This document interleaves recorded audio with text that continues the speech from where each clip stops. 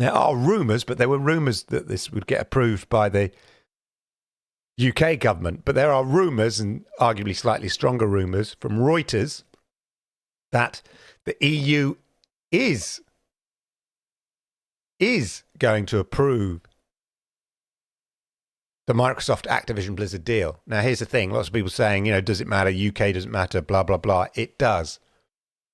In order for the deal to go through, it needs to be approved by the UK. This is the way I understand it. So this is obviously within the nature of the deal. It needs to be approved by the three big ones. And the three big ones are basically the UK, the EU, and the FTC. And it needs to be approved by all three for the deal to go through as it is. That is my understanding of the situation. So it's not a case. People sort of say it was only the UK. The point is they need all three in order for the merger to get approved. They can't pick and choose. Oh, well, we'll ignore the UK. As I understand it, the nature of the deal is that it requires approval from all three of the big government authorities. UK, Europe, and FTC. The other thing is, well, what if it doesn't go through? Why don't they just buy, why doesn't Microsoft just buy a share in Activision Blizzard, or, get around it that way or something? No, ladies and gentlemen. The UK have added a further restriction following their announcement of blocking the deal. It has published an interim order stating that they would need prior written consent from the UK regulator before making acquisitions between the companies. So basically, the CMA has restricted Microsoft and Activision Blizzard from acquiring an interest in each other. So Microsoft can't just say, well, okay, we won't buy them all, but we'll acquire an interest in part of them, a small interest in them. Or Microsoft Activision saying, oh, we'll take some Microsoft shares and sort of try and get round it, try and get round the back door, as it were, yeah? No. The UK are going, no, we know what you're up to. There's no halfway house here. The order applies to the businesses as well as their subsidiaries. Here's the interim order.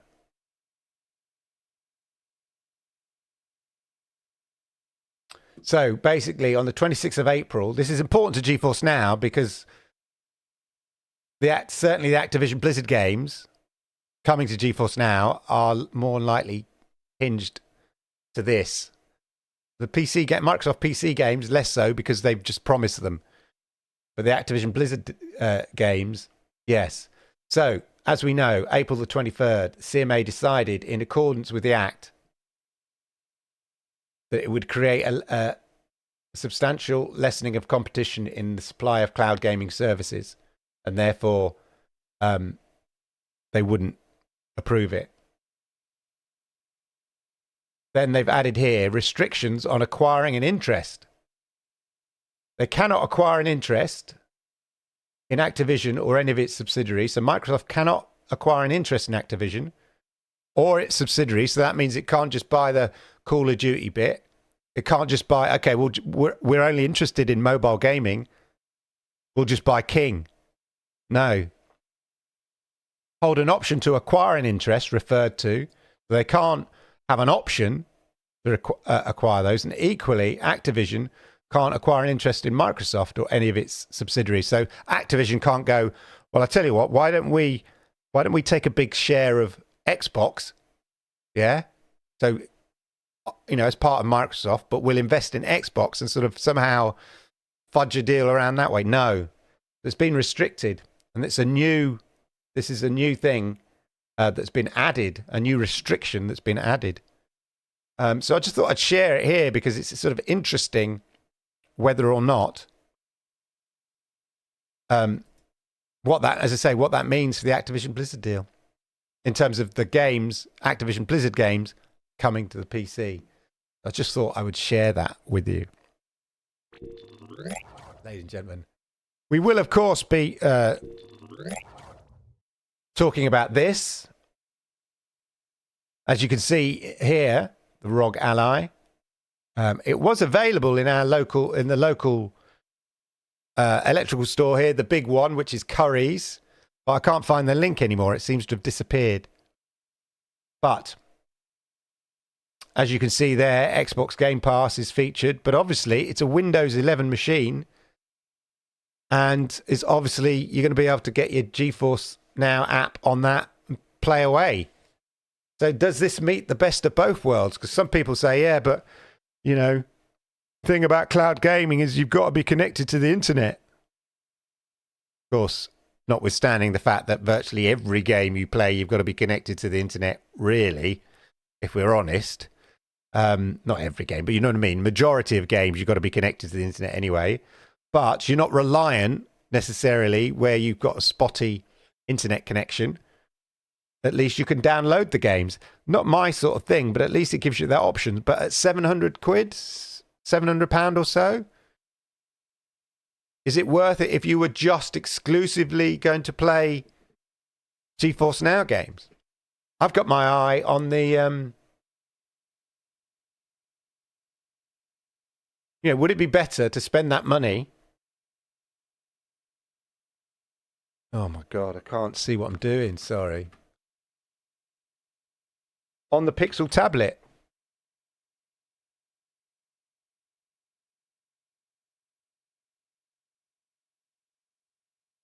From $599 in the UK. I don't know why it seems more expensive here. They said from $499 in the US.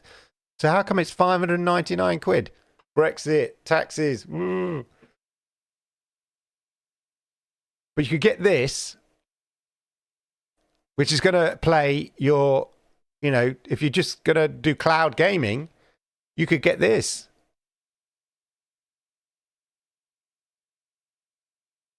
It's got its own stand, a kickstand at the back, so you could prop it up. Plus, it operates as like a home hub. But you could actually play it off the home hub. But it's also got this lovely little silver bracket on the back, metal bracket. So you could play games on that like that. Or, as I said, it's got this sort of little metal stand on the back which flicks out. You could put it wherever you are, whip out your controller, and off you go. Trying to see where example of the back. Why isn't it on the back there? All the models I've seen, it's got this little bit on the back. Anyway, an immersive 11-inch screen. So let me know in the chat. Do you go Pixel tablet? Or do you go ROG Ally? Pixel tablet? 499 quid or wherever it is where you are? Or 500, 600 quid? Or 700 quid for that?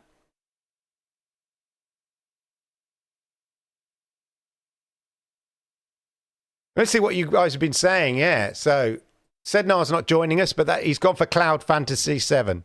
Good choice there. ER Gaming's in the house. Good to see you, sir. I'd pay a piece. Now, Neil says, I would buy a PC handheld if something went wrong with GFN, or possibly would buy one as a cheaper alternative to a gaming PC and use it docked. I must admit, I saw some pictures where they had it, like with a Switch, where you can have a little dock next to your TV. So that's quite a cool option, I think. Yeah. Bring your PC games to your TV. And as you say, you're not reliable. You're not reliant on the internet necessarily for it being kind of a nice, strong, steady flow for you to be able to do cloud gaming and all that. How easy is it to mount a tablet on a?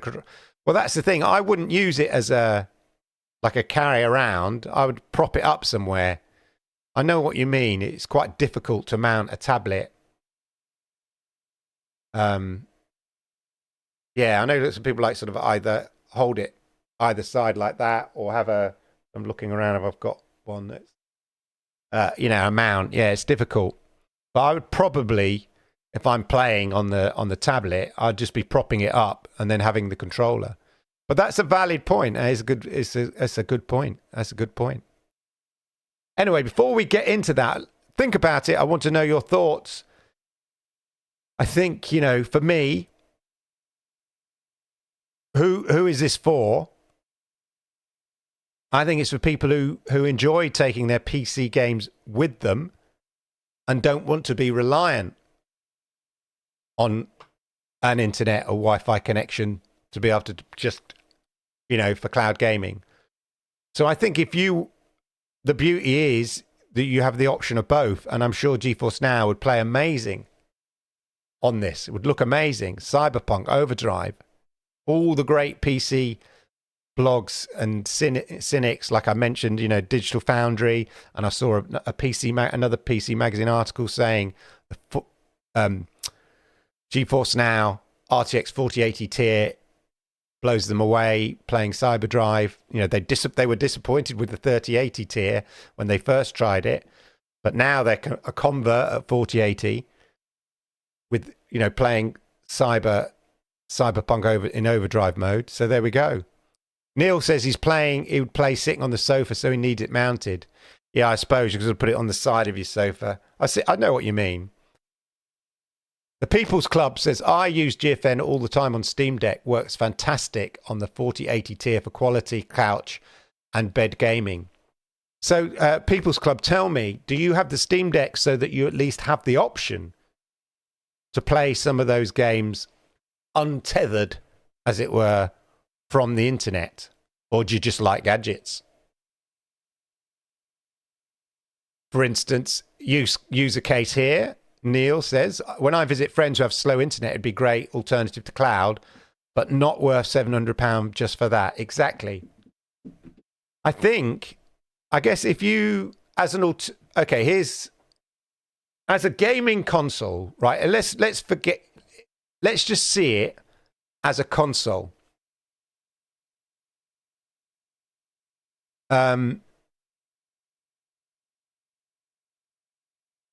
As a console at 700 quid. So when I mean a console, I mean also like a gaming PC. So a gaming unit of some sort. Yeah. You've got 700 quid to spend. Do you spend it on a PlayStation? Do you spend it on an Xbox Series X? Do you get a pretty low rent gaming PC? 700 quid? What are you going to get for that? Or just spend the money on this with the option that you can dock it and play on your TV, or arguably you could dock it on a monitor and play it on there. That's the kind of user case. Ghost X Jack says you could probably connect the Google tablet to a TV somehow with an adapter, or maybe wirelessly to a smart TV. You could cast it, but then that's interesting because you can cast,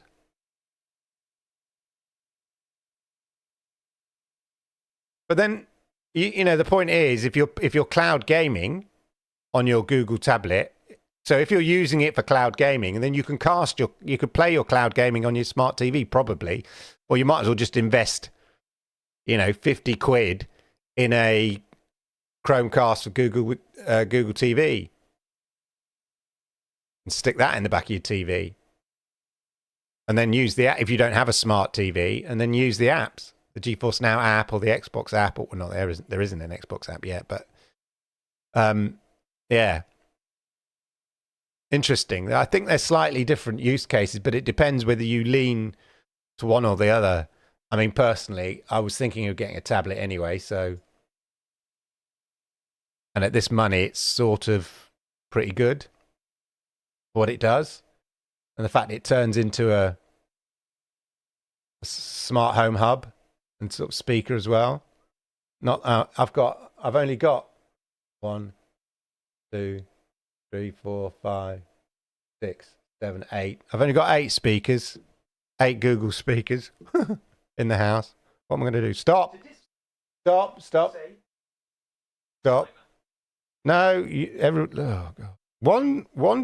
One speaker thinks I want to put the timer on. The other one thinks I want to disconnect Bluetooth. They've all gone bonkers. Right.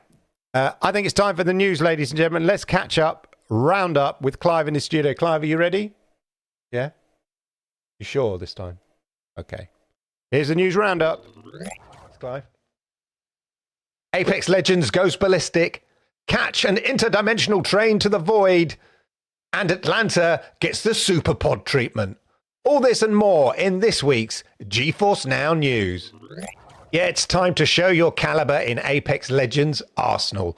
The ultimate competitor of the original Thunderdome games, new legend Ballistic has come out of retirement to teach the young pups some respect. Though it's a lesson few survive unhurt. Explore a healing world's edge and drop in on the Apex Games Museum to venture through their history. Demonstrate your skills with your favourite weapons, with new weapon mastery, an opportunity to earn rewards that demonstrate your skill and inspire envy.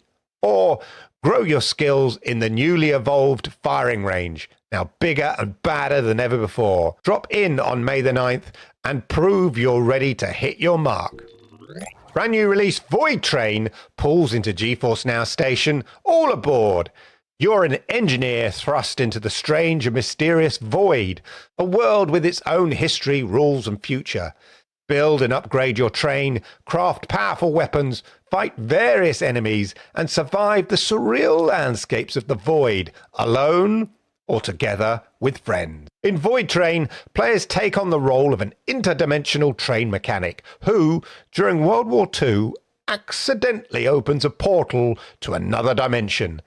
This dimension is a kind of endless void, filled with floating islands, strange creatures, and various resources. The main mode of transportation in this world is a customizable, upgradable, flying train. Players can play solo or in cooperative mode with up to 4 players. They can explore the void, gather resources, fight enemies, and upgrade their train with new cars, weapons, and other improvements. The game features a crafting system, allowing players to create new items and equipment. It looks an interesting take on the old crafting and FPS game.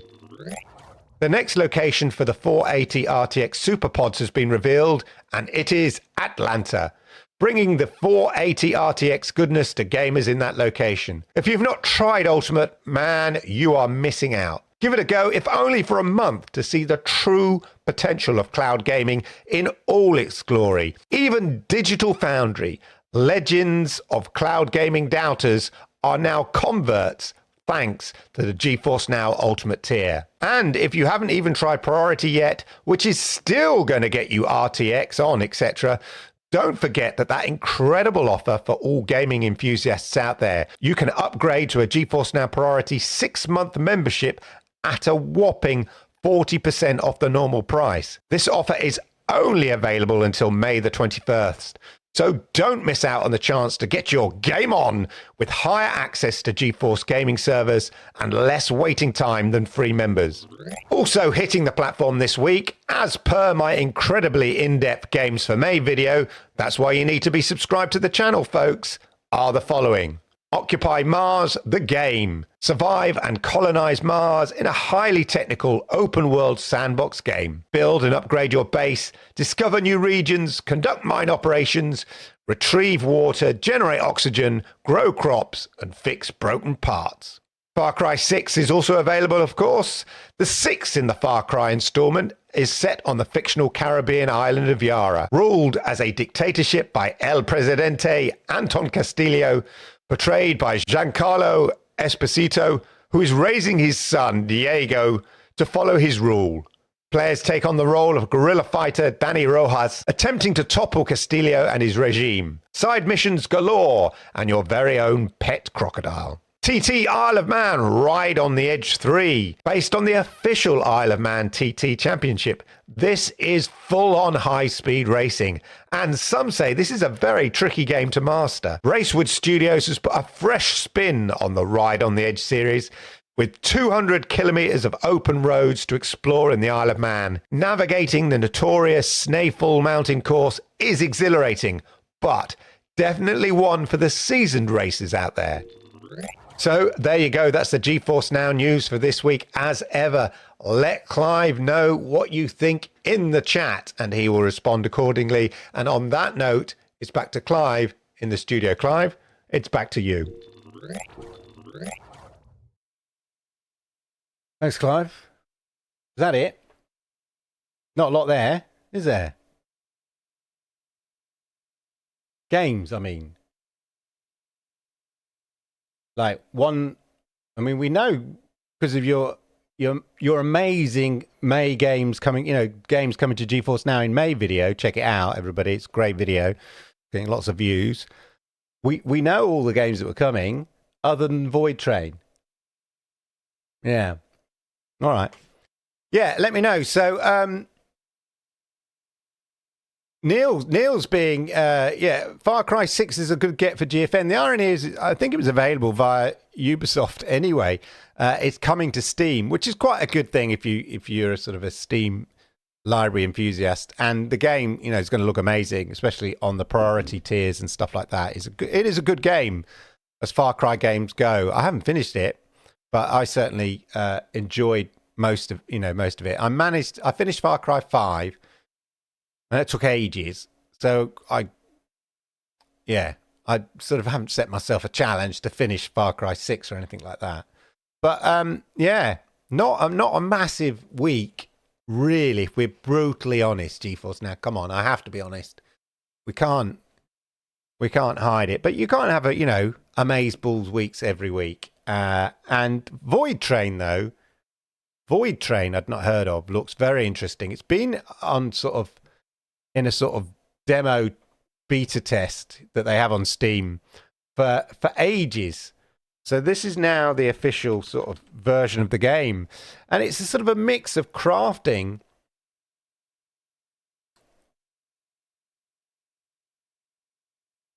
and FPS.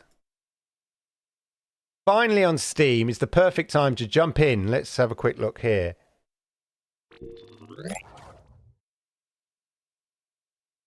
This is according to TechRaptor. Who? Now is the perfect time to jump into everyone's favorite space train simulator. One of the biggest elements of the game is the train that you ride on, but it can be a bit confusing for new players. Well, yeah, the concept seems confusing. Your train is one of the most vital elements of Void Train. Go figure. Not only does it decide how safe you are, how fast you can move, but it's also your home base and your respawn point. Having a well-made train can make the game a breeze. So you build out your train by the looks of things. So one of the first things you'll want to learn is how to upgrade and, more importantly, lengthen your train. We all want to lengthen our train, ladies and gentlemen. To do this, you'll have to play through the course of the game until you reach your first depot. These are sections that usually provide both materials, combat, and occasionally. I see. So by the looks of things, you sort of go from depot to depot, and at each depot you kind of meet some challenges and find resources, beat the boss level of that demo, I guess, and then upgrade your class. So, yeah, if you like train simulators, and you like FPS, is there a Venn diagram that does that? Train building enthusiasts over here. FPS enthusiasts over here. And here, there we are, look, just the little Venn. In the Venn, they meet. Interesting. Anyway, let me know whether that's the sort of thing that you're interested in. I mean, I saw the FPS and I thought, oh, that's interesting. Bit of shooty, but it's got the craft. It's got the crafting. So, I don't know, best of both worlds or two very different genres. Do those genres mix in a good way? I mean, you build in Fortnite, I guess. This is like building out a train, though. Very different.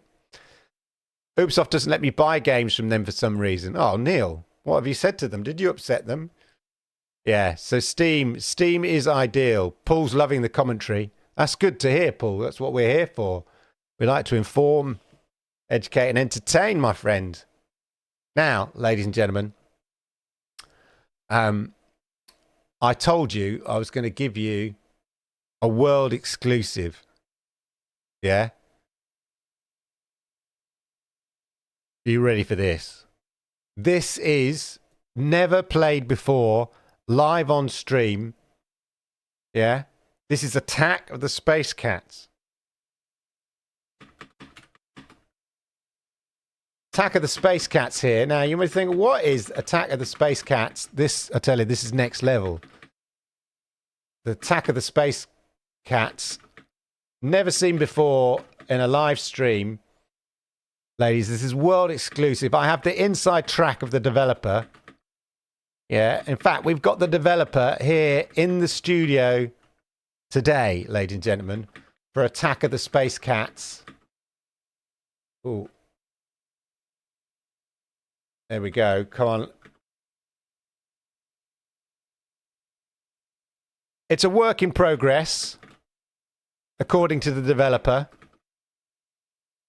And he'll be building it out a bit more, ladies and gentlemen. There we are. Rip, lose.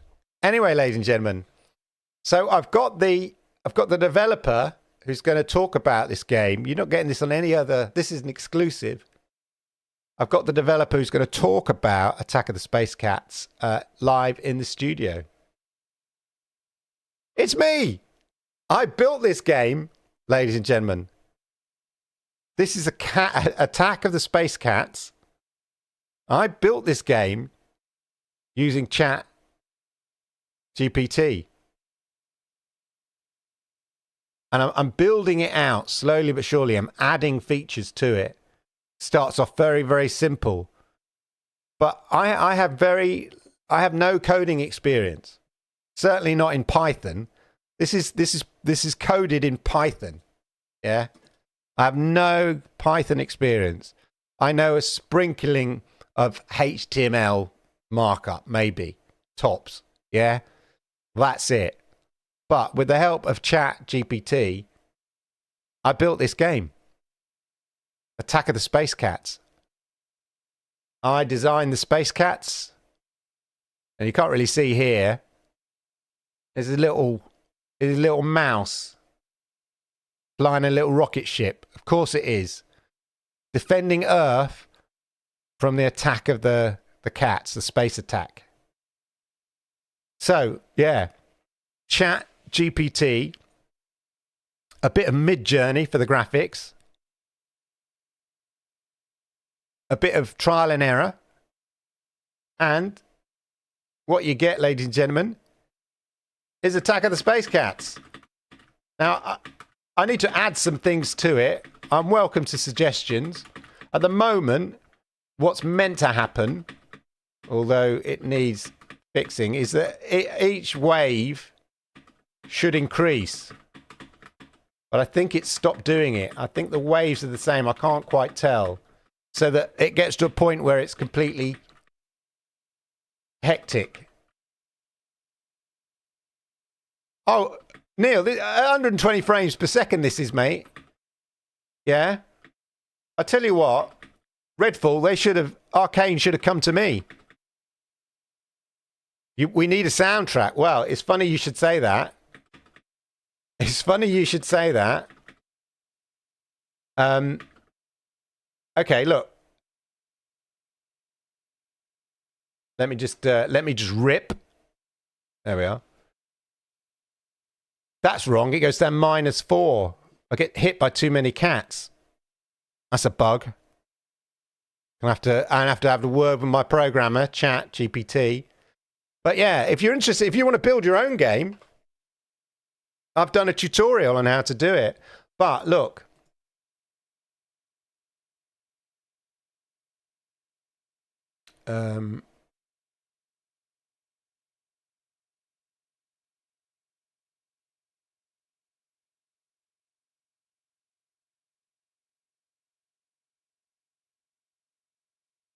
I have got. We can make some music if you want. If you want to, we could do some. It needs power. Exactly, Jerome. That's what I'm thinking.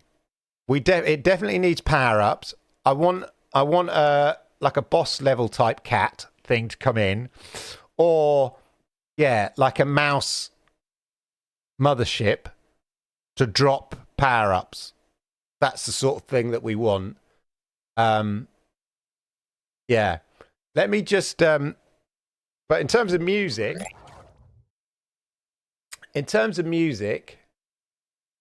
oh,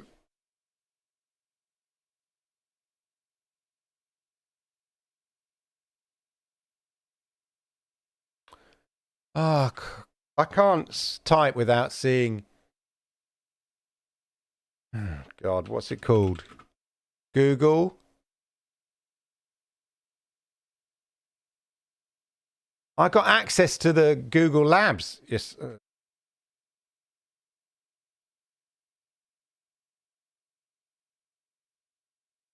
And then we can make some music, some beautiful music, ladies and gentlemen.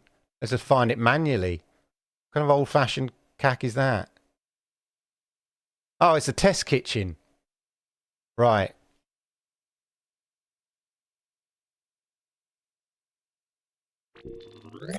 Okay. Talking of soundtracks.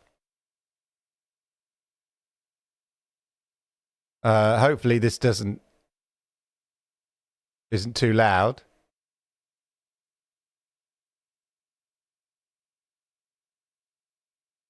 So this is Google's Sound Lab. So we can sort of say, we could decide what kind of music we want for it, ladies and gentlemen. We could say 1980s arcade, upbeat, synthwave.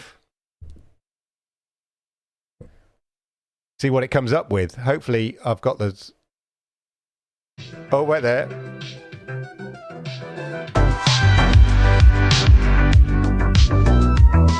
There we are, you can hear that.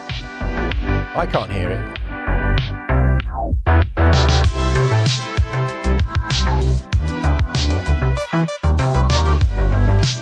I like that.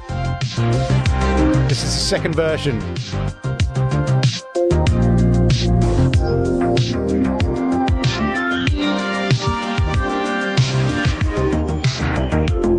I think the first one.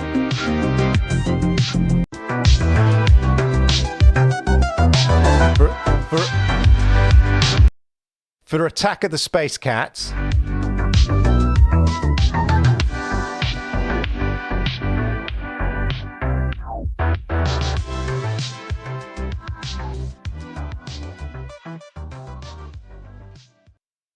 Matches the game well. Yeah, let's download that. I'm gonna put it in my game assets. Good shout.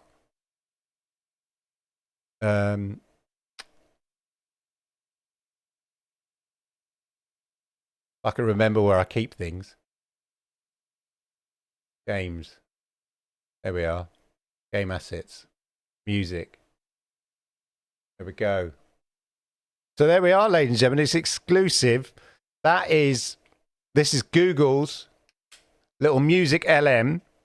I got access to it yesterday.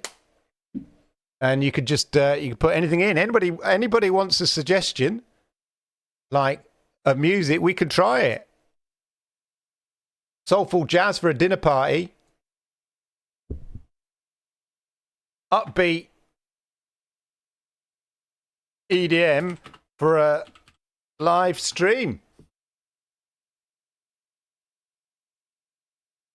Ladies and gentlemen.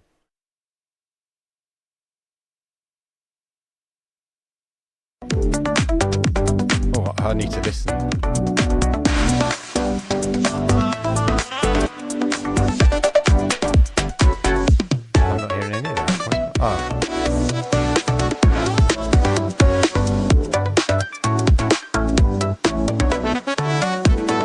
Yeah, put your likes in the chat for this one. Second version.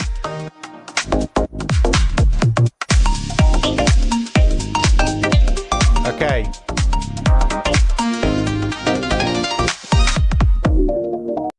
So look, anybody want to put their prompt in the chat, feel free and we'll give it a go. Think of a prompt. So examples are like, high-pitched bongos with ringing tones. Don't do that. That sounds awful. Acid jazz from the 80s. sad and longing. The melody is slow and wistful, creating a sense of melancholy and nostalgia. Simple arrangement on the piano. That feels like that feels almost like a Mid-Journey prompt in its sort of descriptive, natural language way. But by all means, I'll tell you what. The first one, definitely. I like the first one, Jerome. I agree. I agree with you. The first one. Live music generation. But the other thing is, interestingly enough, is I've also created a song with lyrics and singing, all by AI as well. It's you say what this has got to do with GeForce Now? Not a lot, arguably, but NVIDIA is empowering a lot of this stuff. I mean, they were mentioned in the Google I/O yesterday, and game development definitely is going to be highly influenced by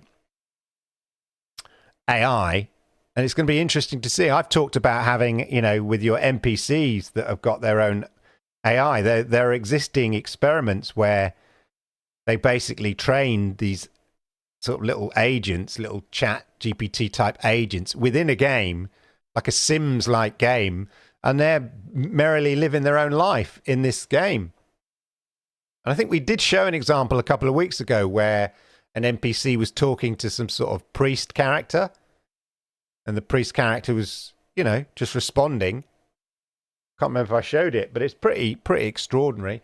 But I certainly see that's the way it's going to be going, and it'd be interesting to see when we start getting games with that kind of, where the characters have, aren't just a set of random strings that they're going to speak, lines they're going to speak, but are actually powered by AI to respond to you given the circumstance. Suarez says engagement from devs and GFN seem to be increasing, rightfully so. Do you think this year is the year we get FIFA, Football FC, or whatever it's called this year? I'm not sure. I think GeForce Now, EA are a bit like Take-Two there, and Rockstar Games and Take-Two. They're a sort of a law unto themselves. EA recently said in an article that they're completely nonplussed about whether the Activision Blizzard deal goes through or doesn't go through. They're like, literally, don't care. We don't care. PlayStation need us. Xbox need us. Yeah? They're going to want the next football, EA Sports FC on PlayStation. They're going to want EA Sports FC on Xbox. And it's going to sell by the bucket loads. Bucket loads. But EA aren't that bothered either way. So equally, it's like when they're in the mood, I guess, to jump on board GeForce Now, they'll jump on board GeForce Now. Or they may be just keeping their powder dry with plans for their own cloud gaming. But I think the failure of Stadia has proved. I think recently comments from Phil Spencer about cloud gaming, it's tough. People aren't, despite all the great work arguably Stadia did, right? All the good work, in a way, Xbox are doing by making xCloud part of Games Pass.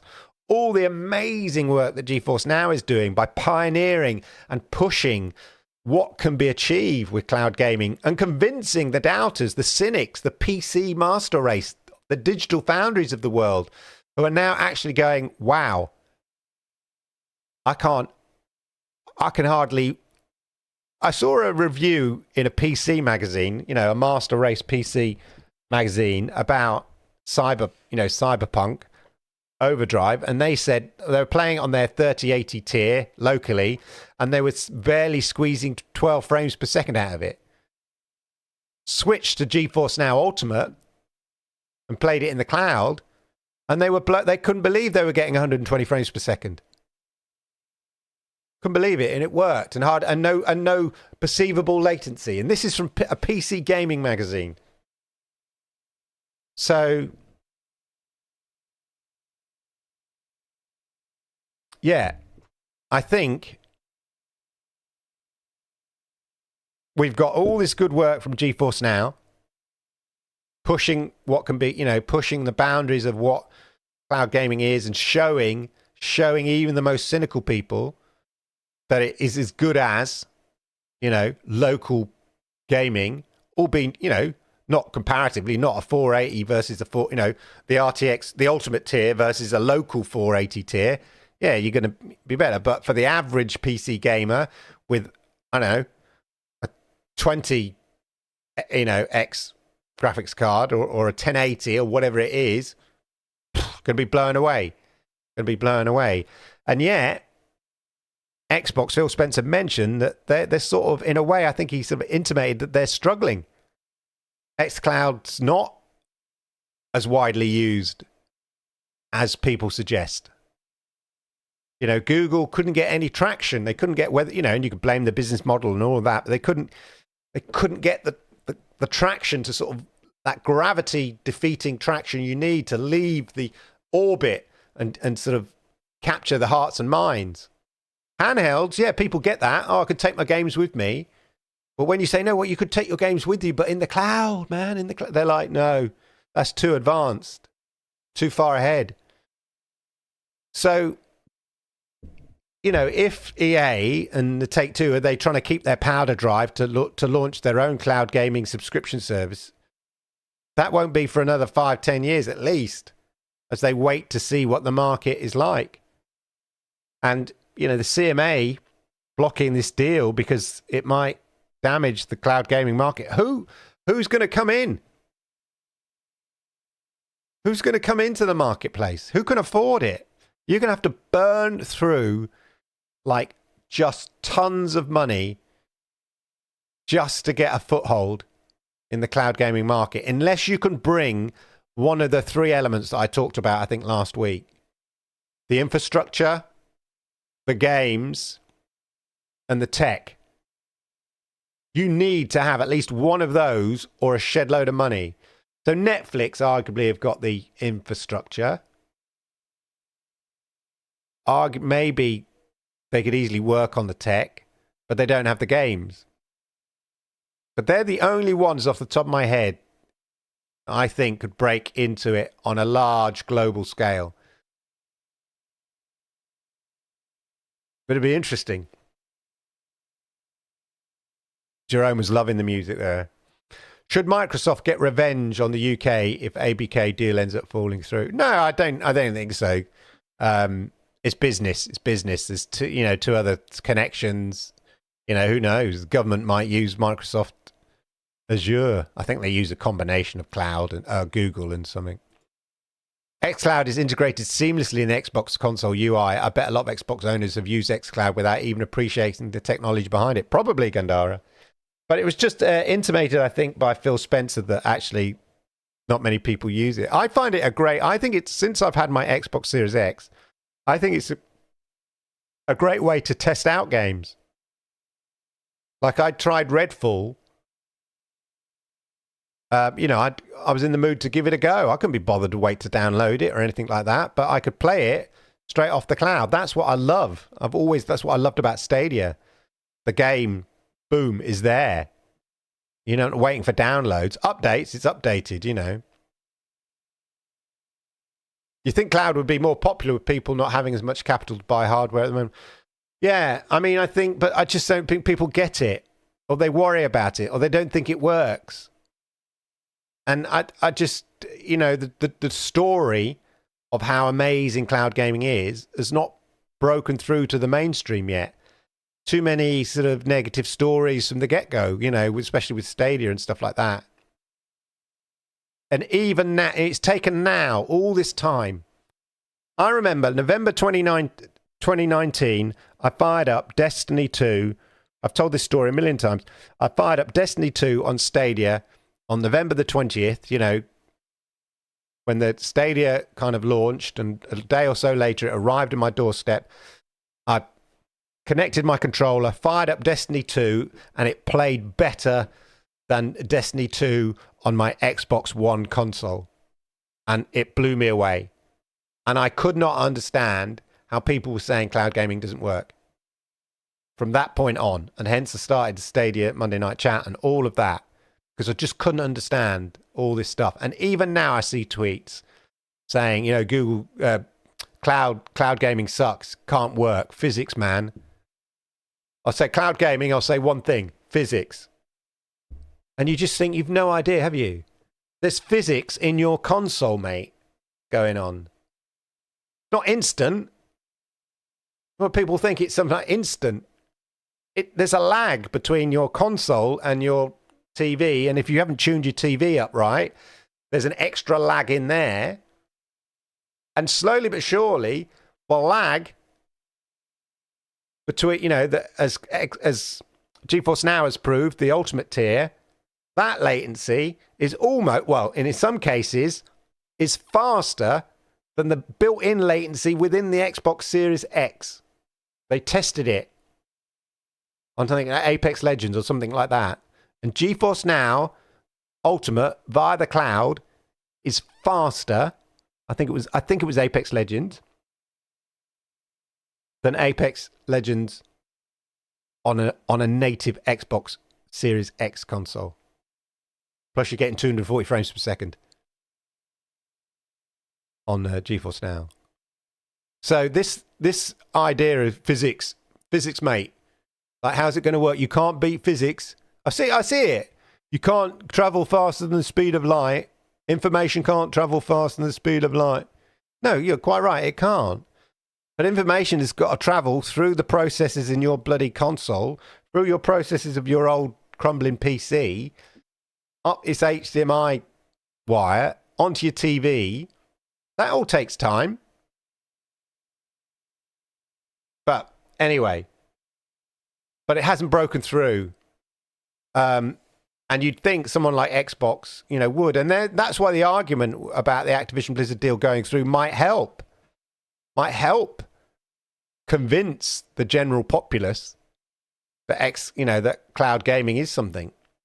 I mean, Fortnite coming to Luna is a great boon to show people that actually, Luna plays really well. And to have a game like Fortnite available free for Prime members. So, other than, Amazon, Netflix, they're about the only people who've got the kahoonies, the money, the wherewithal, the infrastructure to break into the cloud gaming market. And they're not going to rush into it big time when they've seen Google,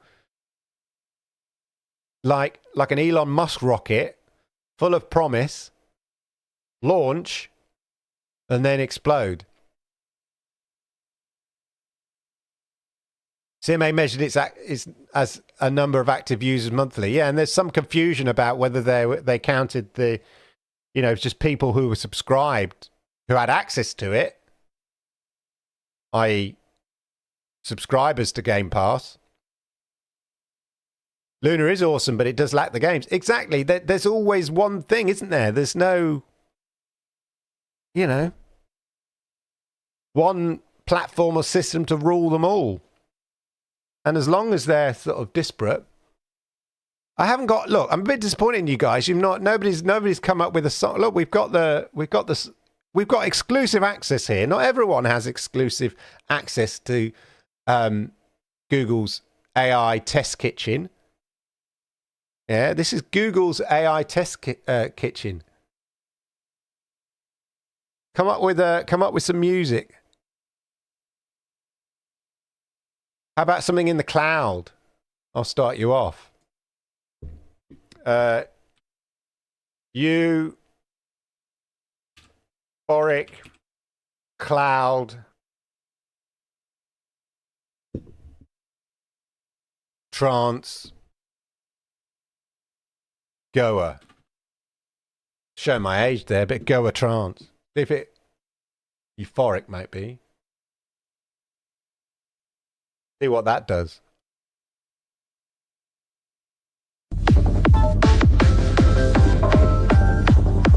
Oh. That's the goer bit. No, trance bit.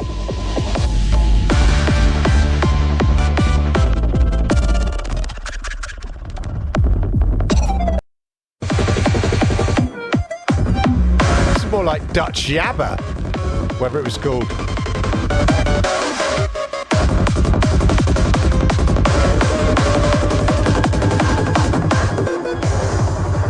Yeah, that was more like that Dutch Yabba dance music that came out in the 90s. The trouble is, I might count as an active user if I played it. Yeah, exactly. And you have one and find the performance bad. I might play from an and GFN and pay for it. Yeah, that's the thing. The trouble is also the other thing is, yeah, not everyone's internet is, amazable. I mean, I don't have amazing internet, but I think I must be close enough to the server. I'm in the UK, to be honest. We're quite a small country geographically. You're never that far. I would argue never that far away from a server. It's not like we're in America. Like, Atlanta, superpods have been turned on. But, in the UK, how far away are you going to be tops from London? What, 400, 500 miles tops? Which is not far. Like the furthest point away, it's not that far. So the server distance is never really an issue, I would say, in the UK. And I've got about 50 megabits per second. And, it plays amazingly. All cloud gaming experiences have been really well. But then I'm wired in. I know what I'm doing. I'm a cloud gaming enthusiast. I make sure I have the best experience. I wire myself in. I don't use Wi-Fi if I can help it. I mean, I've sometimes used Wi-Fi in my bedroom for streaming there. But generally, everything else is wired up. If my kids suddenly my son decides to download something or is playing a game, every time he joins a server, he's playing a multiplayer game. When it connects to the server, there was always a dip in the internet performance. But other than that, when the kids aren't here on my own, chef's kiss. And that's just at 50 megabits per second. But it's more than enough to give me that GeForce Now Ultimate. The only thing you need above that is just a bit more bandwidth within the house for other people to do stuff and not interfere with you. But at that level, it's the same as that, or whether it's 200 megabits per second, it's the same. The experience is the same, I would argue. Okay. Gandhara's put, I want to hear some classical. Okay. Classical or orchestral Mozart like. How about that?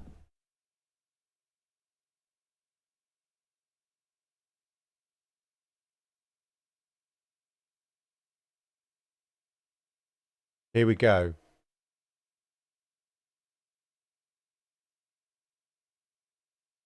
Oh, so you can't. Okay. I'll just take out Mozart. Didn't like me naming.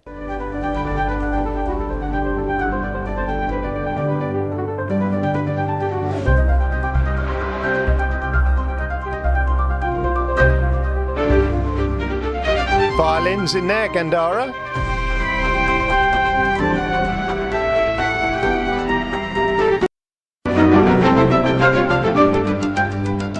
This feels like listening to Classic FM or Radio 3.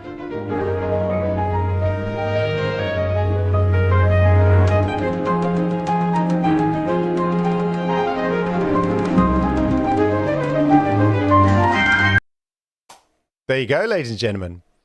The audio quality is a bit weird. Not me, it's the kitchen. It's the Music LM kitchen.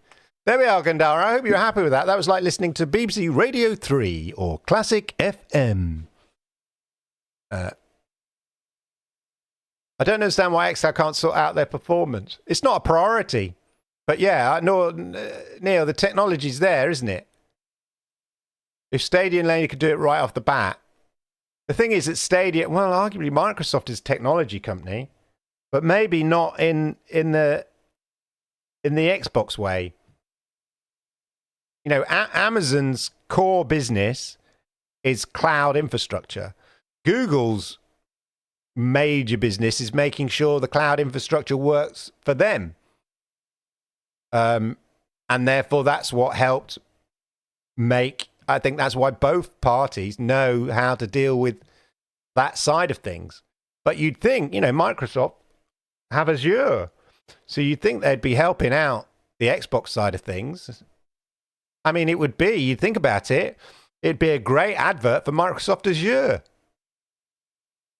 They can make xCloud like play beautifully or bring it to the level of GeForce Now. I mean, they're restricted because obviously they're effectively streaming Xbox Series X consoles from, you know, that's the equivalent in the server is that of an Xbox Series X. And as I understand it, in order for streaming to be effective, you need almost like, very simplistic, you almost like twice the power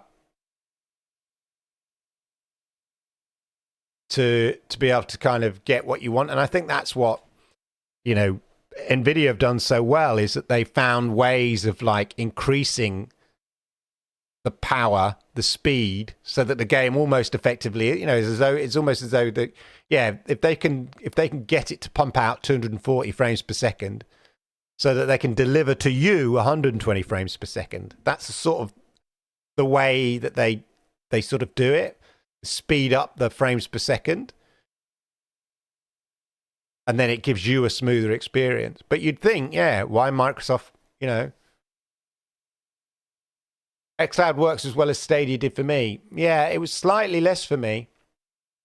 It certainly works best on a physical Xbox. I don't know, I play quite well on the PC xCloud, but yeah, my experience of Stadia was certainly better, and also because, you know, I had 4K, so you get, you know, it certainly looked better. And when it doesn't work, xCloud, when it loses its fidelity, it loses its fidelity.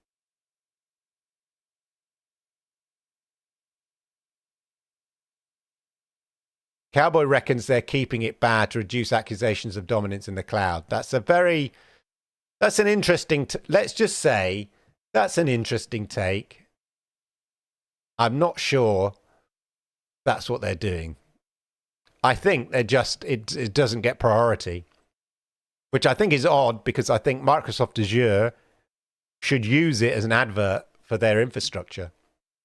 It's a double whammy. It's a win for them, isn't it? Like free marketing. Well, not free marketing.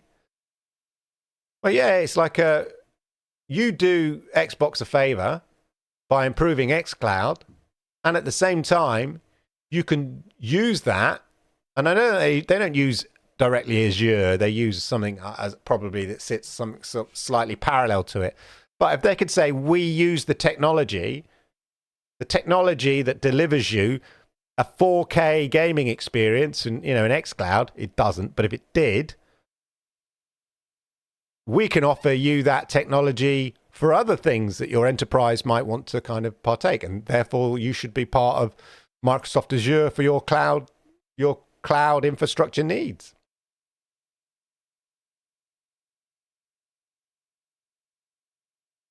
Jerome agrees, doesn't work as well as Stadia.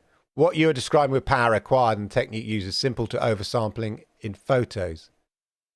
Yeah. I think they either optimize for Xbox or the Azure servers recognize that the endpoint is an Xbox and prioritize the bandwidth for that stream. It would make sense if they were doing it on purpose, but I don't understand why. Yeah, I don't think they're doing it on purpose. I just think, yeah, they just don't have, because they used Rainway. So they sort, you know, they weren't even using their own technology.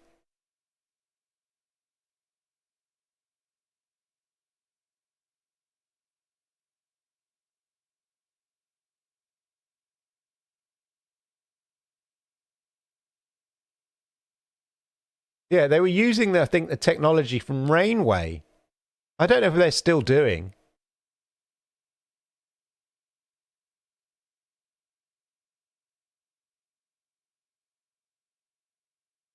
And they had David Perry, former CEO of Gaikai, on their group.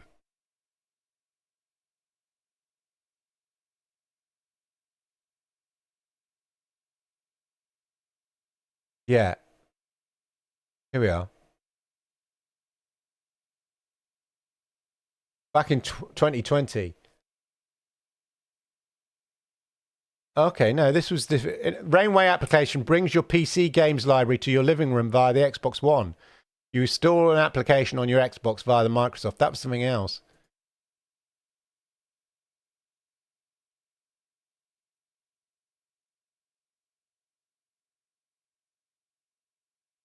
Rainway partners. This has always confused me.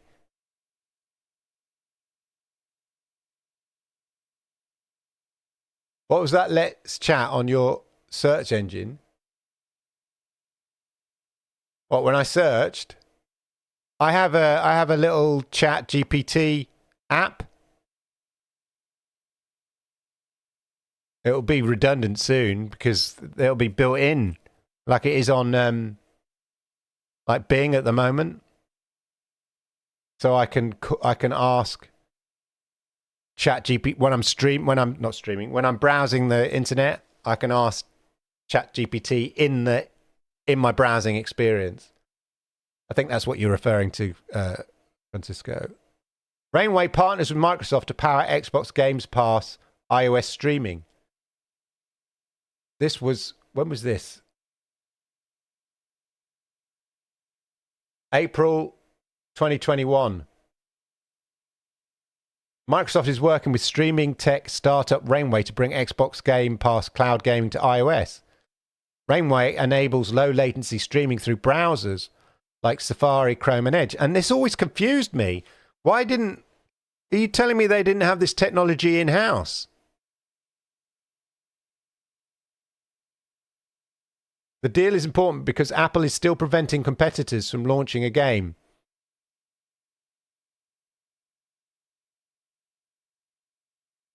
But I think there were other examples where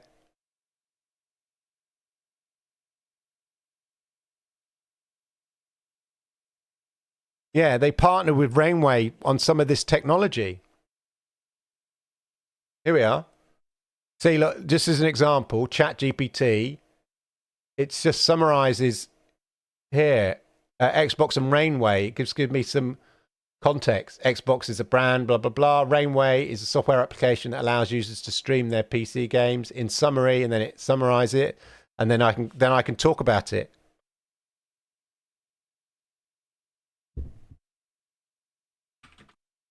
Did Rainway partner with Xbox? Well, of course, it's being ChatGPT. Cut off is September 2021. Fired. That's why I use Google Bard for more contemporary answers. But anyway, yeah, that's what it is. It's a little Chrome app that you can install, and then it gives you ChatGPT in your browsing experience. Cutting edge here, ladies and gentlemen. I told you. Cutting edge. PCs have PC Game Pass, but xCloud is great for Xbox because of the small SSDs, especially. Yeah, it is great. The Series S is great in the combination, because if you like a game, I do have a preview of Google Bard if you want to see Google Bard.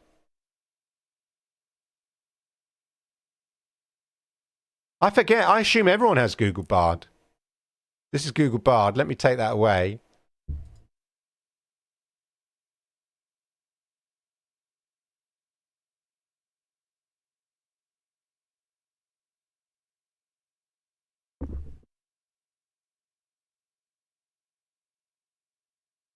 Rainway is a cloud gaming service that allows users to play their games on any device with an internet connection. Xbox is a gaming console manufacturer. We know that.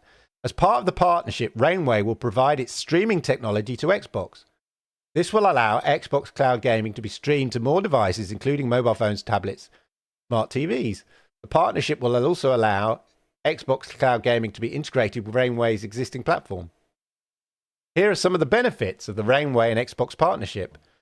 So, this always confused me when I way back in the day when I discovered that Rainway, sound like I got a lisp, Rainway were being used by Xbox to power Xbox cloud gaming. So basically it's a third-party app. Now, for a company that's owned, Microsoft, that's got its own its own cloud infrastructure and researchers and technology that offer cloud to enterprises to run their, vast enterprises on their own cloud system, you'd think they'd have the know-how to bring that technology in-house. So maybe, like NVIDIA, they've got their top engineers working on it. Yeah? I mean, they know how to improve performance on a microchip. And they've obviously applied that same technology to, okay, how can we improve that, down the chain to stream the game? The top engineers. Google, the same, top engineers. Amazon, to a certain degree, they're powering, delivering film and video on a massive, on the largest cloud infrastructure there is. They've got the technology, they've got the know-how. Microsoft, Xbox have to outsource it. So if you tell to me, I don't understand why xCloud isn't on a par, or wasn't on a par with Stadia or GeForce Now or even Amazon Luna to a certain degree, I think that's the answer. No disrespect to Rainway. Well, it is kind of disrespect to Rainway. I think it's because they're using Rainway.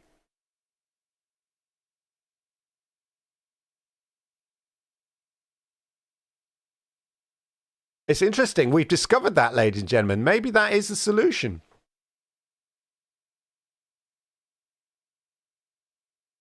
You're not using Grandad Bing. Oh, no. I've tried it, but yeah, I was talking to a friend today, and I was just saying to him that Google search has like 98% of the market share. I'm looking forward to Google Bard being integrated into search a bit more and a lot more. I was very excited by the announcements at Google I/O, not just the hardware, but all the AI stuff. It's very exciting. Most PCs can't run most Game Pass games. I think a PC built in the last 3 or 4 years could easily play at least 90% of the Game Pass catalog and probably 100% of it. I see you in the future where you are now. Yes. Yeah. That's the trouble, though, with PCs. If you build a PC 5 years ago and it's cutting edge, there comes a point where it drops out of the sort of the lowest minimum specs of new games, doesn't it? You never get that problem with cloud because they keep upgrading. Sonic the Cloud Hog. Oh, I like that one. That's good. That is good. Well, there we go, ladies and gentlemen. I think we found the solution to why xCloud isn't on a par with other cloud gaming services in terms of infrastructure, or certainly the big ones that we mentioned. I think it's no coincidence that Stadia, technology-wise, played amazing because you've got the top engineers there. I think it's no surprise that GeForce Now, Ultimate, and all of that plays amazing because you've got top tech engineers, pushing the boundaries of processing and stuff like that. And the same with Amazon, you've got the top cloud engineers in the industry, the biggest cloud infrastructure in the world. So no wonder those work well. And yet here's Microsoft, who own Xbox, and they've outsourced the tech to a smaller company. Well, there you go, ladies and gentlemen. That's it on that bombshell. You've got a bit of insight into the future. You've seen Google Bard. We played a bit of music in the Google Test Kitchen. You've had exclusive exclusive reveal of the next big game, Attack of the Space Cats. I will develop it. Any ideas and suggestions for further development? Gladly accepted. So on that note, have a wonderful, wonderful week. I think it's going to be a big week for Xbox. Next week, we are anticipating the announcement from the EU on whether the Activision Blizzard deal will be approved or not. So join me for the Xbox Monday night chat for that one. It'll be very interesting. I have a ton of stuff. Obviously, I missed it this week because I had stuff to do. But yeah, join me if you can on Monday for the Xbox Monday night chat. Have a wonderful, wonderful weekend if I don't see you before. Make sure you check out, if you're interested in all this crazy AI stuff I keep going on about, and definitely check out my other channel, AI Daily News. And have a wonderful, wonderful weekend. And see you next week.